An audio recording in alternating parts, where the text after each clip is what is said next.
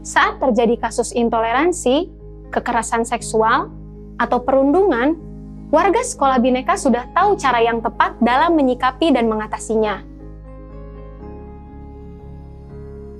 Sebab, Sekolah Bhinneka telah menyusun SOP pencegahan dan penanganan kekerasan yang diikuti oleh semua warga sekolah, termasuk guru BK.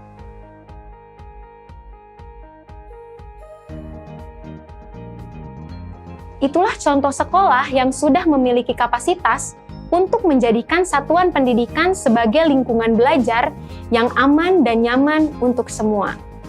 Seperti halnya manusia, sekolah perlu juga melakukan pemeriksaan kesehatan untuk mengetahui risiko yang akan terjadi. Salah satunya, risiko intoleransi. Pertanyaannya, apakah sekolah ibu dan bapak guru pernah mengukur risiko ini? Jika belum, mari kita sama-sama cek seberapa besar risiko yang ada di sekolah kita.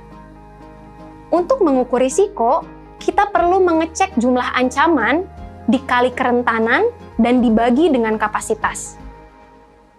Ancaman bersifat eksternal dan tidak bisa dikendalikan.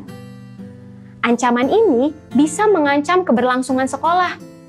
Misalnya, hoaks, provokasi, konflik, tawuran, ujaran kebencian, perang, pemilu atau peristiwa politik, narkoba, dan lain sebagainya. Sekarang, coba ibu dan bapak guru identifikasi hal-hal apa saja yang menjadi ancaman di sekolah tempat ibu dan bapak guru mengajar. Selanjutnya yaitu kerentanan. Kerentanan bersifat internal dari dalam sekolah, sehingga dapat dikendalikan. Kerentanan bisa terjadi karena kurangnya wawasan, kesadaran, dan keterampilan.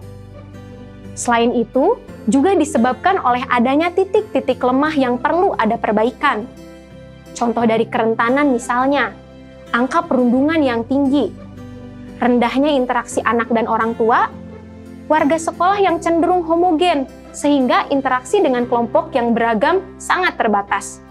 Organisasi siswa berjalan sendiri tanpa ada pendampingan, dan lain sebagainya. Coba identifikasi hal-hal apa saja yang menjadi kerentanan di sekolah ibu dan bapak.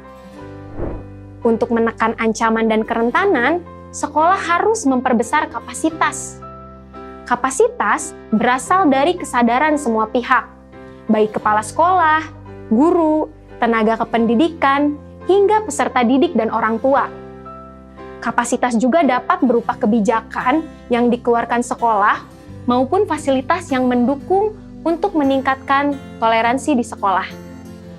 Contoh kapasitas untuk meningkatkan toleransi di lingkungan satuan pendidikan misalnya penyelenggaraan acara lintas agama, pendidikan perdamaian, penempelan poster pesan perdamaian, penerapan kebijakan yang mengatur pencegahan dan penanganan kekerasan, pelatihan guru BK mengenai bahaya intoleransi, pendampingan organisasi kesiswaan yang inklusif, dan implementasi proyek penguatan profil pelajar Pancasila.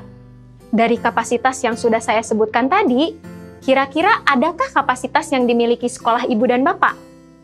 Atau ada kapasitas lain yang mau ditambahkan? Nah, sekarang ibu dan bapak guru sudah mengetahui apa saja ancaman, kerentanan, serta kapasitas yang ada di sekolah masing-masing. Sekarang, mari coba hitung risiko intoleransi dengan cara berikut ini. Untuk menjaga kedamaian sekolah dan menekan risiko intoleransi, kita harus meningkatkan kapasitas dan mengurangi kerentanan. Sekarang, yuk kita ajak peserta didik untuk menghitung risiko intoleransi di sekolah ibu dan bapak. Selamat mencoba!